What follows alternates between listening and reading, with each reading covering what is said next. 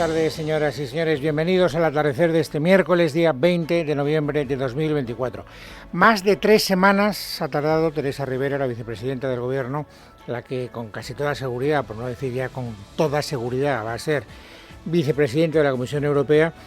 Más de 3 semanas, digo, ha tardado en salir a dar explicaciones sobre su gestión durante la DANA.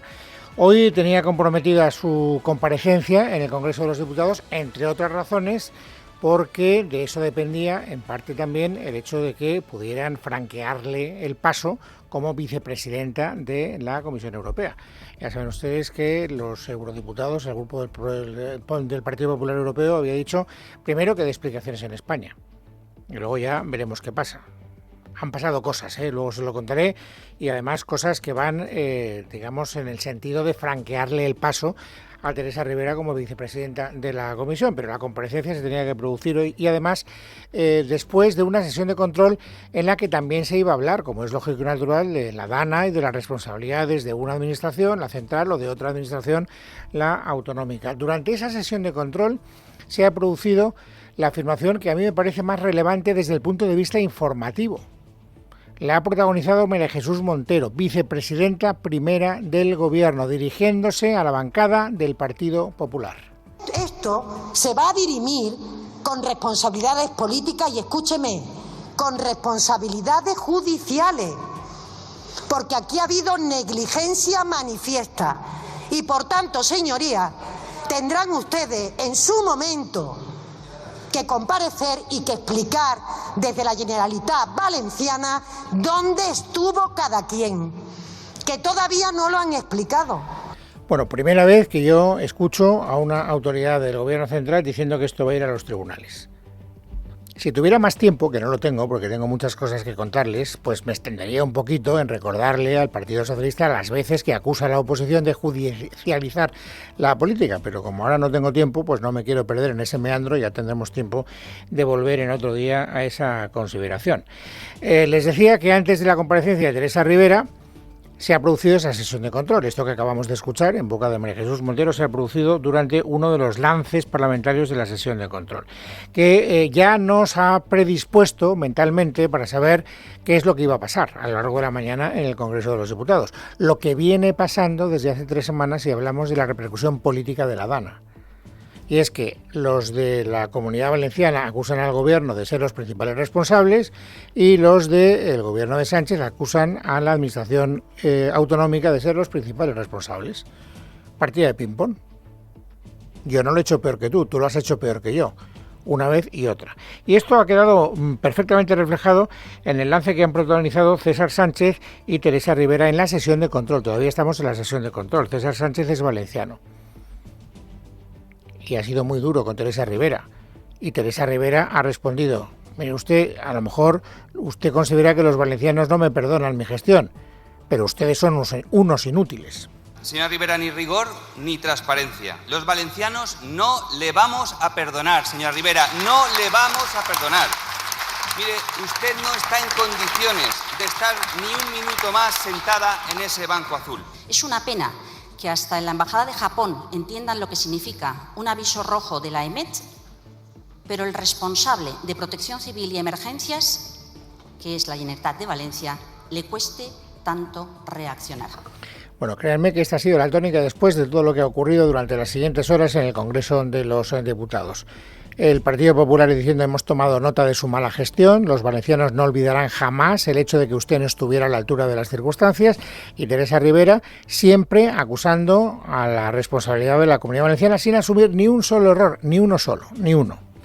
Se ha hablado mucho del Barranco del Pollo, se ha hablado también en la sesión de control. Ha habido un momento en el que el portavoz parlamentario del Partido Popular, el señor Tellado, ha interpelado a Teresa Ribera a propósito de la inacción de su departamento, que es la que tiene jurisdicción sobre las cuencas de los ríos, a la hora de hacer obras que hubieran podido mitigar las consecuencias de esa DANA tan terrible. Y ahí ha quedado claro que, una vez más, íbamos a volver al ejercicio de la culpa de que no se hayan hecho esas obras, decía Teresa Ribera, lo escucharán enseguida, no es mía, oiga, es del Partido Popular, es del Gobierno de Rajoy. Si no hubiera hubiese anulado en el año 2021 el proyecto de encauzamiento y drenaje del Barranco del Pollo, se hubieran salvado muchas vidas. Pero usted lo anuló, y lo anuló por intransigencia política. Usted no permitió limpiar los cauces de los ríos y lo hizo por ideología. Y eso es intransigencia. ¿Sabe cuál ha sido la vez que más cerca hemos estado de resolver las obras del Barranco del Pollo? Cuando Teresa Rivera, como secretaria de Estado, firmó la única declaración de impacto ambiental favorable a esas intervenciones en diciembre de 2011, y ustedes dejaron caer. La guía quedó caducada en 2017 por falta de actuación del gobierno del señor Mariano Rajoy. O sea que la culpa no es que la haya tenido el Partido Popular durante estas 3 semanas, es que ya la tuvo mucho antes, en opinión de Teresa Rivera, porque lo que no se ha hecho no es culpa de la inacción del gobierno, que lleva en el gobierno 6 años, sino de lo que habían hecho los gobiernos anteriores al gobierno de Pedro Sánchez. Esta ha sido una línea argumental que después se ha repetido de una manera muy clara ya durante la intervención formal, durante la comparecencia de Teresa Rivera para hablar de su gestión de la Dana. Esta misma idea que le he dicho al señor Tellado, con una voz un poco más reposada inicialmente, aunque luego también ha subido varios decibelios cuando se ha ido acalorando retóricamente hablando, la ha vuelto a repetir, escúchenla. En 2018 encontramos 50 obras de interés general paradas por falta de inversión. Desde 2018 se ha venido trabajando para desbloquear el proyecto de defensa del Barranco del Pollo, buscando un diseño alternativo que integrara las preocupaciones, las demandas de las administraciones implicadas. Bueno, estaban paralizadas esas obras cuando llegamos, desde entonces pues hemos intentado hacer algo para reactivarlas. Y naturalmente eso el Partido Popular no se lo traga. Lo que tardamos en decirte, si traes tu factura a Total Energies te regalamos un mes gratis de luz, es lo máximo que deberías escuchar hoy sobre una energética. Que tu vida son otras cosas y seguro que no son escuchar este anuncio. Entra en totalenergies.es y consulta condiciones. Total Energies. Vamos a lo tuyo casi como si fuéramos tú. No solo no se lo traga, sino que además la que ha dado la réplica del Partido Popular, en representación del Partido Popular, a la señora Rivera ha sido Esther Muñoz, que es una parlamentaria bastante eficaz en las filas del Partido Popular. Hablando del Barranco del Pollo y de esta afirmación que acaban ustedes de escuchar en labios de Teresa Rivera, lo que ha dicho Esther Muñoz ha sido esto. ¿Sabe lo que ha hecho usted en este sentido? Paró en 2021 la adecuación y drenaje del Barranco del Pollo, alegando los problemas ambientales y que era muy caro. Y usted en estos 6 años no ha hecho absolutamente nada. No le eche la culpa a Rajoy. Es su culpa, señora ministra, que en estos 6 años no haya drenaje en el Barranco del Pollo. Conclusión, ¿quién tiene la culpa de que no se haya hecho nada en el Barranco del Pollo? Pues según el Partido Socialista, el Partido Popular, según el Partido Popular, el Partido Socialista, y de ahí no vamos a salir. Como no hay un arbitraje neutral, pues no vamos a llegar a una conclusión clara. Segundo punto, ¿quién tenía el mando? ¿Quién debería haber mandado? ¿Quién tiene la responsabilidad de haberse equivocado en las decisiones que tomó? Pues aquí vamos a volver a asistir exactamente al mismo espectáculo. Según Teresa Rivera no hay ninguna duda. Toda la responsabilidad recaía única y exclusivamente sobre el señor Mazón. Cuando enfrentamos una situación de riesgo como la que se produjo el pasado día 29, la dirección de la emergencia corresponde a la Administración Autonómica, en este caso la Generalitat Valenciana, que opera en el marco del Plan Especial de Inundaciones y la norma básica de protección civil. Conforme al principio de dirección única de esta norma básica de protección civil, tanto la Agencia Estatal de Meteorología como la Confederación Hidrográfica del Júcar actúan bajo la dependencia funcional de la dirección de la emergencia. Esto es así el pasado 29 de octubre, antes y después. Queda claro, ¿no? Es decir, incluso los organismos que dependen del Ministerio de Teresa Rivera, como por ejemplo la Confederación Hidrográfica del Júcar, en momentos como los de la Dana, pasan a ser, sometidas a la jurisdicción, al mando único de la Generalitat Valenciana. Y claro, una vez más, el Partido Popular ha escuchado esto, se ha removido en el asiento, ha pedido la palabra y ha saltado como un resorte. Escuchen la réplica de Esther Muñoz. Usted ha dicho que el CECOPI está dirigido por la Generalitat, sí, y está coordinado por la delegada del Gobierno, que está en ese CECOPI y que también puede tomar decisiones, igual que el presidente de la Confederación Hidrográfica del Júcar, que no dijo absolutamente nada en toda la tarde. Señora ministra, en esta emergencia la de la presa de Forata, es la que evita que miren al Barranco del Pollo. Y esa es culpa de su Departamento de Confederación Hidrográfica del Júcar, por no mandar en tiempo y forma los emails que tenían que mandar. Esta era otra de las, digamos, de los asuntos que tenían que salir a relucir y han relucido, ¿no? Es decir, cuál es la responsabilidad, cuál fue la actitud de la Confederación Hidrográfica durante los primeros días, durante los primeros momentos después de que se desatara la dana de hace 3 semanas. Bueno, hemos escuchado a Esther Muñoz diciendo que la Confederación Hidrográfica no hizo lo que tenía que hacer. Y esto, naturalmente, Teresa Rivera lo ha tenido que desmentir en varias ocasiones. La primera vez con este argumentario. La Confederación emitió hasta 198 correos a Protección Civil de Valencia el día 29 de octubre. Pero no era una cuestión de números. No se trataba de saber si eran 198 o 214 o 327. De lo que se trataba era de saber si esos correos estaban dando información buena, información veraz, que es lo que sostiene el Partido Popular que no ocurría. Escuchen a Esther Muñoz. Nadie informó de la rápida crecida. ¿Sabe usted que el último email que se manda sobre caudales avisaba de un caudal de 27 metros cúbicos y casi 2 horas después, sin avisar, era de casi 2.000? El presidente de la Confederación estaba allí y no dijo nada. Tendría que haber parado en ese mismo momento el CECOPI a las 5 de la tarde y decir lo que estaba pasando en el Barranco del Pollo. Y no dijo absolutamente nada, señora ministra. Nada. Volvemos a repetir la misma consideración que hacíamos antes cuando hablábamos del Barranco del Pollo. Entonces, ¿qué pasó con la Confederación Hidrográfica? ¿Lo hizo bien? ¿Lo hizo mal? ¿Dependía de una administración? ¿Dependía de otra? Según el Partido Popular, dependía de Teresa Rivera y lo hizo muy mal. Según Teresa Rivera, dependía de Mazón y aún así lo hizo muy bien. Y de ahí no vamos a salir, porque vuelvo a repetir, no hay ningún arbitraje neutral que nos diga cuál de las dos partes se aproxima más a la verdad. La verdad es que Teresa Rivera, en esto yo creo que nos podemos poner rápidamente de acuerdo, ha hecho un ejercicio de absoluto triunfalismo de su gestión, o si ustedes lo quieren de manera más suave, absoluta carencia, falta total de autocrítica. Ha querido defender a todo el mundo, ha querido defender a todo el mundo, naturalmente, de la parte del gobierno central. Al gobierno autonómico valenciano no le he echado ni siquiera una mano, salvo la que le ha echado al cuello en repetidas ocasiones. Y ha habido un momento especialmente pintoresco, si ustedes me permiten este adjetivo que quiere ser bastante neutral, cuando ha querido defender incluso a Sánchez. Porque efectivamente hay una parte muy importante de la población española y sobre todo de la población valenciana que ha acusado al señor Sánchez de indolencia, de haberse desinhibido, de haberse puesto de perfil, de no haber ayudado, de no haber protegido a las personas damnificadas. Y entonces se ha venido arriba Teresa Rivera y dice: voy a defender a Sánchez. Y voy a leer textualmente lo que nos ordenó el señor Sánchez a las personas que estábamos en ese momento tratando de hacernos con la situación lamentable de la dana. Y es muy interesante que lo escuchen, porque si yo fuera Óscar Puente o fuera Ángel Víctor Torres, en este momento diría: tierra, trágame.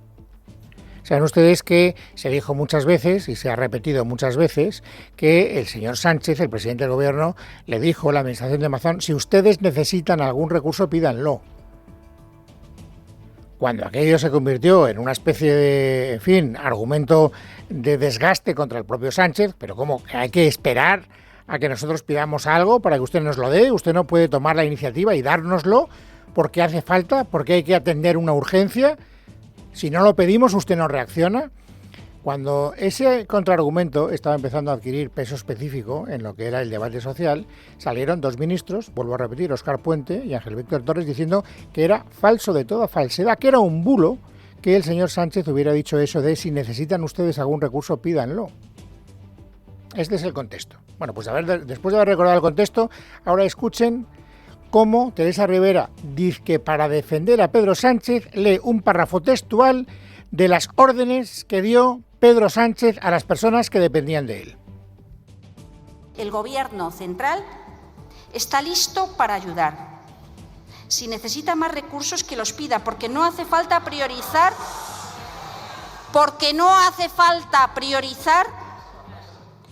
unos municipios sobre otros, ni jerarquizar tareas. Se prioriza cuando faltan medios y ese no es el caso, no tiene que pasar. Por tanto, si la Comunitat Valenciana requiere más efectivos, maquinaria, financiación o asesoramiento técnico, lo que tiene que hacer es pedirlo porque se le suministrará. Se está haciendo y se seguirá haciendo.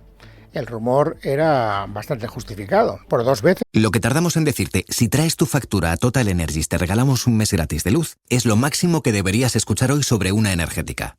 Que tu vida son otras cosas y seguro que no son escuchar este anuncio.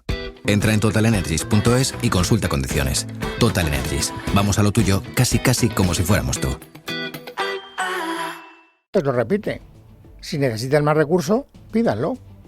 Esto que se le dijo al presidente del gobierno no debería haberlo dicho, se lo afeó hasta Felipe González, recuérdenlo. Y luego salen Puente y Ángel Víctor Torres diciendo que es un bulo y que nunca lo dijo. Bueno, pues oiga, explíquenle a Teresa Rivera que nunca lo dijo, porque ella ha dicho, voy a leer entrecomilladamente lo que dijo Pedro Sánchez el día de la Dana. No quiero yo que me ayuden así, nunca más en mi vida. Bueno, al final, ¿qué resumen sacamos? Esto que ya he dicho varias veces. Pues que en este mundo traidor nada es verdad ni es mentira, todo es según el color del cristal con que se mira. Si lo miramos con el cristal de Sánchez o de los ministros de Sánchez, la culpa es de Mazón. Si lo miramos con el cristal del Partido Popular, la culpa es de Sánchez y los ministros son de Sánchez. Al margen de esa discrepancia, que no admite un arbitraje neutral, lo vuelvo a repetir, hay una consecuencia en la que yo creo que sí que nos vamos a poner todos de acuerdo.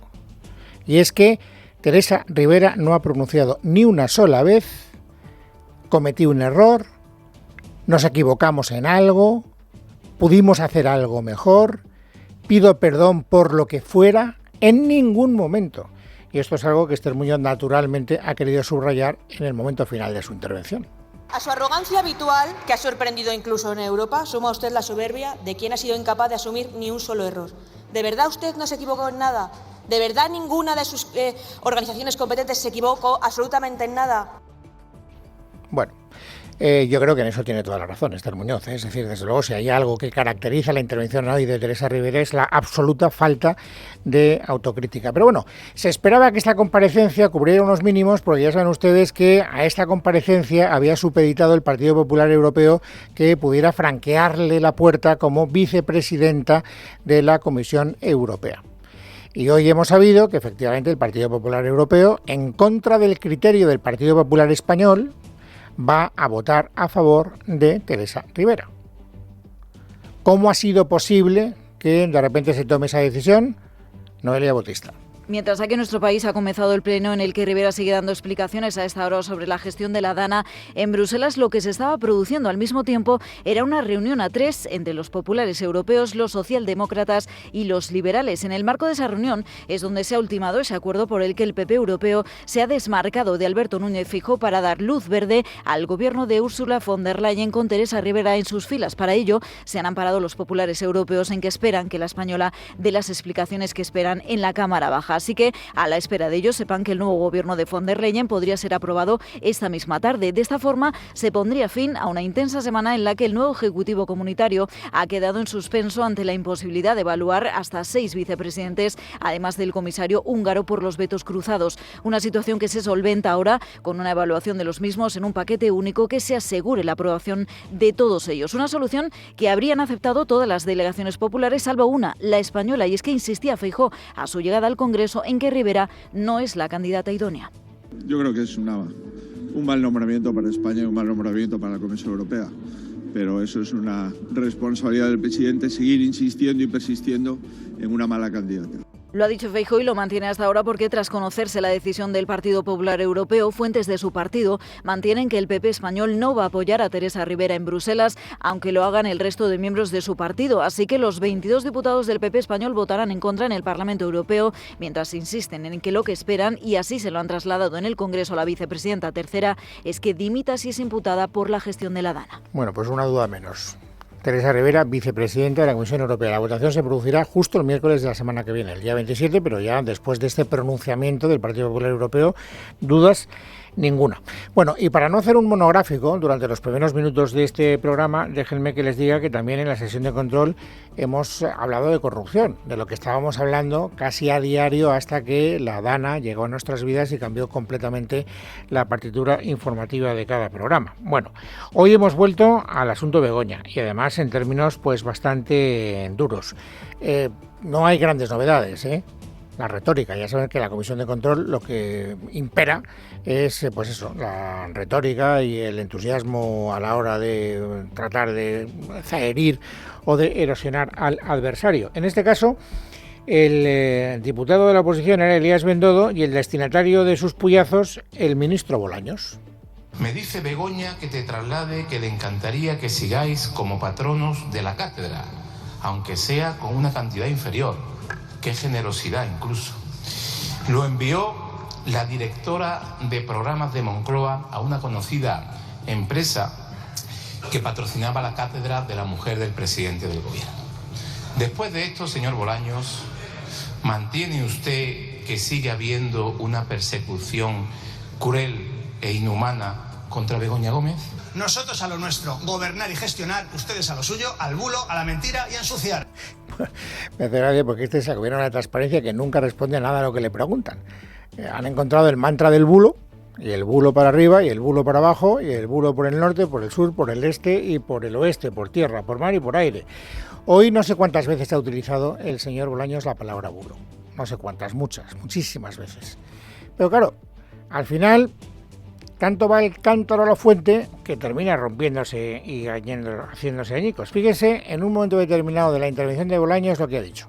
El mayor bulo en la historia de España y el más doloroso que tuvo que ver con el atentado del 11M, donde perdieron la vida más de 200 personas, ese bulo que perpetraron ustedes en el Partido Popular tiene su nombre, porque usted era la jefa de gabinete del secretario general del Partido Popular en aquel momento y por tanto usted estaba en la sala de máquinas que se inventó el peor bulo en la historia de España. Estaba dirigiéndose a Cayetana Álvarez de Toledo, que había sido también una de las diputadas de la oposición que le interpelaba con bastante dureza, hablando del apoyo al fiscal general del Estado y de otras muchas cosas. Pero claro, cuando Cayetana Álvarez de Toledo le ha oído decir al señor Bolaños esto, no ha tenido más remedio que pedir por alusiones el uso de la palabra. Momento, por cierto, que parlamentariamente también ha tenido sus pelendengues, escúchenlo. Por alusiones del señor pseudo ministro de Justicia. No se vaya, quédese ahí. ¿Qué tiene que escuchar? Sí. Señora Álvarez de Toledo, ¿qué artículo del reglamento está usando? Es el artículo 72.1 y 71.1 del reglamento. Le doy un minuto. Señor Bolaños, usted tiene un plan antibulos, ¿no? ¿Se lo va a aplicar a sí mismo? Se lo voy a decir, mire, con suavidad. Usted es un mentiroso patológico. Usted es un bulócrata reincidente. Un bulócrata reincidente. Lleva usted Señora Álvarez de Toledo, le he dado un minuto para contestar a la alusión, no para insultar al ministro de la Presidencia. Bueno, en fin, quería que escucharan este pasaje porque no ha dejado de ser también una de las anécdotas informativamente destacadas en la sesión de control. Pero ¿por qué estaba diciendo eso Cayetana Álvarez de Toledo? ¿Por qué estaba acusando al señor Bolaños de mentir? Porque el señor Bolaños, cuando había afirmado, lo hemos escuchado enseguida, que la señora Cayetana Álvarez de Toledo era jefe del gabinete del secretario general del Partido Popular el 11M, se ha llevado las manos a la cabeza. Eso es falso, de toda falsedad. Y al final ha tenido la oportunidad de aclararlo. En la sesión de control actual, en la actual interpelación y en otra sesión de control. Ya van 3 en la que usted dice que yo estaba en el Partido Popular durante el 11M. ¿Sabe cuándo llegué yo al Partido Popular? 2 años y medio después, señor bulócrata reincidente. Bueno, es miércoles, es 20 de noviembre de 2024. Han pasado otras muchas cosas hoy en el panorama informativo, así que vamos a completar ese paisaje informativo del día.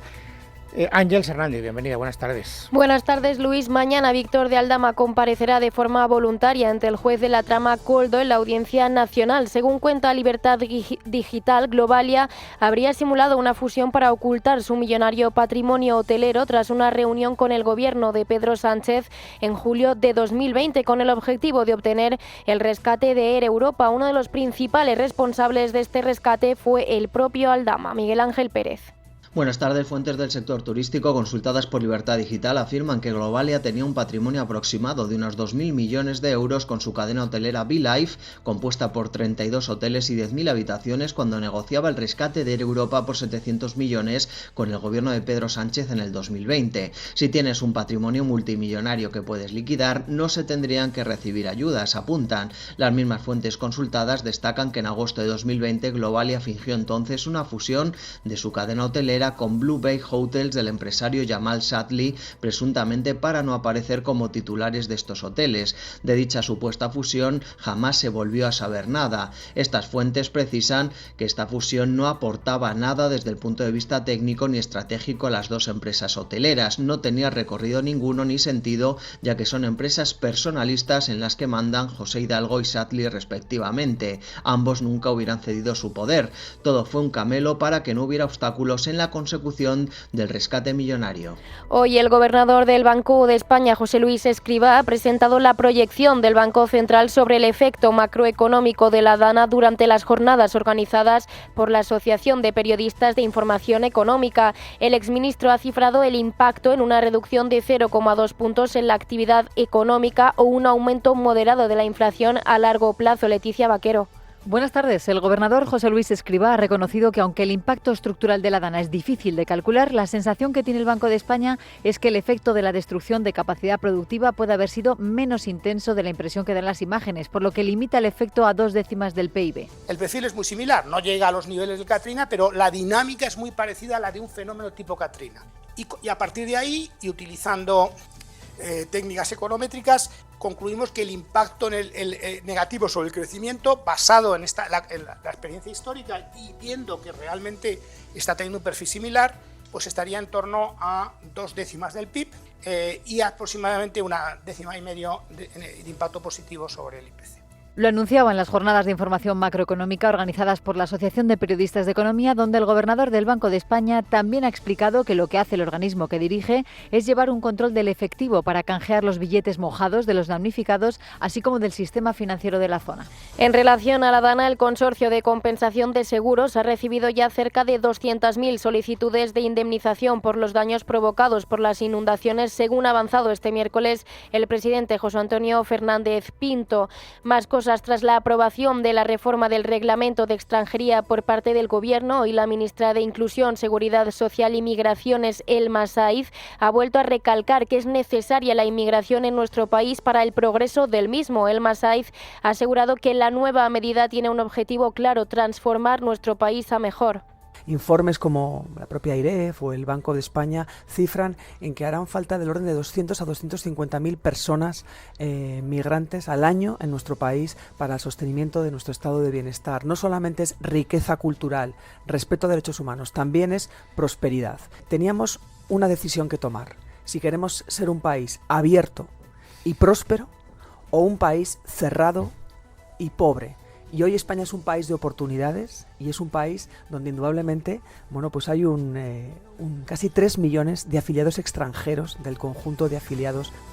Además, ha insistido en que en España sigue habiendo un problema serio de racismo que hay que erradicar. Por otra parte, la secretaria general de Podemos, Yone Belarra, ha reiterado que su partido respaldará la reforma fiscal del Gobierno únicamente si se asegura de contar con los votos necesarios para mantener el impuesto de las energéticas. Además, ha recalcado cuál es el valor de los votos de la formación morada. Las empresas energéticas tienen que hacerse responsables de esas consecuencias de la emergencia climática que están provocando con su actuación a lo largo de las últimas décadas. Y en vez de eso, les vamos a perdonar. En vez de, lo que yo digo es que es evidente que un gobierno que se llama a sí mismo progresista no puede renunciar a un impuesto de estas características, más cuando las empresas energéticas están ganando, insisto, el año pasado 10.500 millones de euros y pagan apenas 1.200 por ese impuesto. Fuera de nuestras fronteras cierran las embajadas de España y Estados Unidos en Kiev debido a una grave amenaza de ataque aéreo. Estas advertencias sobre un posible ataque de gran envergadura contra la capital ucraniana este miércoles llegan un día después de que Ucrania empleara misiles de largo alcance proporcionados por Estados Unidos para golpear territorio ruso. Verónica Jorro. A la decisión de España y Estados Unidos se han sumado Italia y Grecia, que también han cerrado sus embajadas ante ese posible ataque aéreo. Cierres que ha criticado el gobierno de Volodymyr Zelensky, que dice que la amenaza rusa es la misma todos los días, mientras Moscú ha dejado la puerta abierta a contactos con el futuro presidente de Estados Unidos, con Donald Trump, y ha acusado a la actual administración norteamericana, encabezada por Joe Biden, de querer prolongar la guerra en Ucrania. El presidente Vladimir Putin ha dicho en reiteradas ocasiones que está listo para que haya contactos y negociaciones, ha dicho el principal portavoz del Kremlin, Dmitry Peskov, al señalar que Moscú no está interesado en que el conflicto se congele. El gobierno de Vladimir Putin culpa a Kiev de la ruptura actual del diálogo y amplía el foco hacia Washington. Peskov ha dicho que Biden hace todo lo posible para que no haya ningún tipo de avance diplomático hasta que deje el poder en enero, en alusión al permiso para el uso de misiles de largo alcance contra territorio ruso y al posible envío de minas antipersona.